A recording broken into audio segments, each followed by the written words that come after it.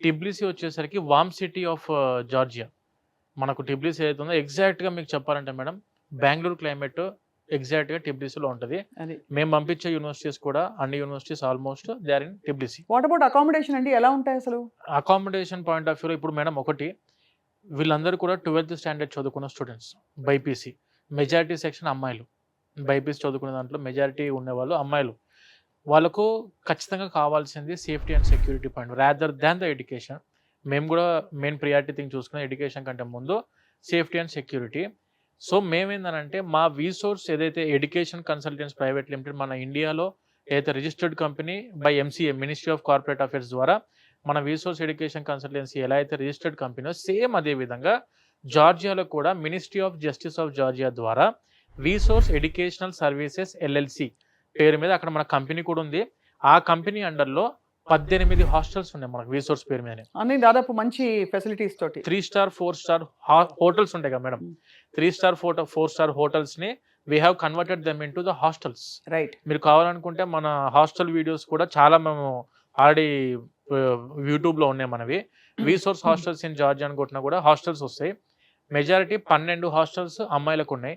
6 hostels అబ్బాయిలకు. Separate hostels for girls, separate hostels for boys.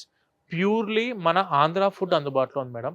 అబ్బా! 10 మంది తెలంగాణ, ఆంధ్ర నుంచి వెళ్ళిన చెఫ్స్ ఉన్నారు తెలుగు వాళ్ళు.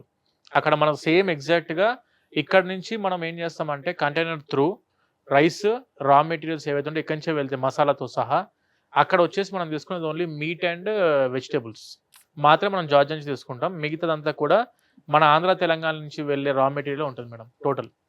అద్భుతం కదా! అసలు అన్నీ ఆల్మోస్ట్ క్రియేట్ చేసి ఇచ్చేసారు అక్కడ ఏమేమి కావాలో వాళ్ళకి. 4000 students they are presently studying in Georgia. మన వీసోర్స్ తరఫు నుంచి 4000 మంది స్టూడెంట్స్ చదువుకుంటున్నారు. 2000 capacity hostels presently we are running in Tbilisi. Right. Obviously అంటే మీరు నీట్ ఒక ఎగ్జామ్ రాసి ఎంట్రన్స్ క్లియర్ అయితే చాలని చెప్పారు కదా! దానికేంటండి కట్ ఆఫ్ మార్క్ ఉంటే ఉంటుందా? లేక దానికి కూడా ఏమన్నా ఇప్పుడు కాంపిటీషన్ పెరిగి ఒక రేంజ్‌లో ఉండాలంటారా మార్కులు? బేసికల్లీ నీట్ క్వాలిఫై అయితే సరిపోతుందండి. క్వాలిఫై అయితే సరిపోతుంది. కంపల్సరీ. అండ్ క్వాలిఫై దాంతో పాటు ఆఫ్ కోర్స్ ఇంకా ఇతర ఫారిన్ ప్రొఫిషియన్సీ లాంగ్వేజెస్, ఏ ఇంగ్లీషు ఏమి అక్కర్లేదు. ఏవి అక్కర్లేదు. సో ఈ నీట్ మార్కులు 12థ్ మార్క్స్ మెమో పెట్టుకొని మీ బీసోర్స్ ఆఫీస్‌కి వస్తే సరిపోతుందంటారు. ఓన్లీ నీట్ క్వాలిఫై అంతే అయితే మేడం. సరిపోతుంది. ఇక మిగతా ప్రాసెస్ అంతా మేము చూసుకుంటాం. మీరు చూసుకుంటారు. బేసికల్లీ జార్జియా యొక్క అడ్మిషన్ ప్రాసెస్ ఎలా ఉంటుంది అంటే ఫస్ట్ ఇంటర్వ్యూ తీసుకుంటారు.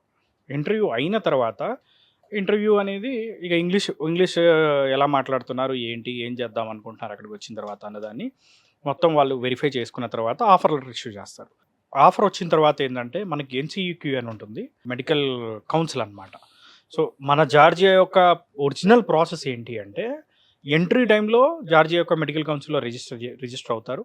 ఎగ్జిట్ టైంలో కూడా రిజిస్టర్ చేసుకుంటారు. సో కాబట్టి ఏంటంటే ప్రశాంతంగా వాళ్ళు ఎలాంటి ఇబ్బంది లేకుండా చదువుకోవచ్చు. రైట్. సో ఇక్కడ ఎంట్రీ టైంలో ఏ రిజిస్ట్రేషన్ అయిపోయిన తర్వాత ఎన్సీయూకి డాక్యుమెంట్ వస్తుంది. దాని తర్వాత మిగతా డాక్యుమెంట్స్ అన్నీ కూడా అటాచ్ చేసి వీసా ప్రాసెస్ అనేది చేయడం జరుగుతుంది. రైట్.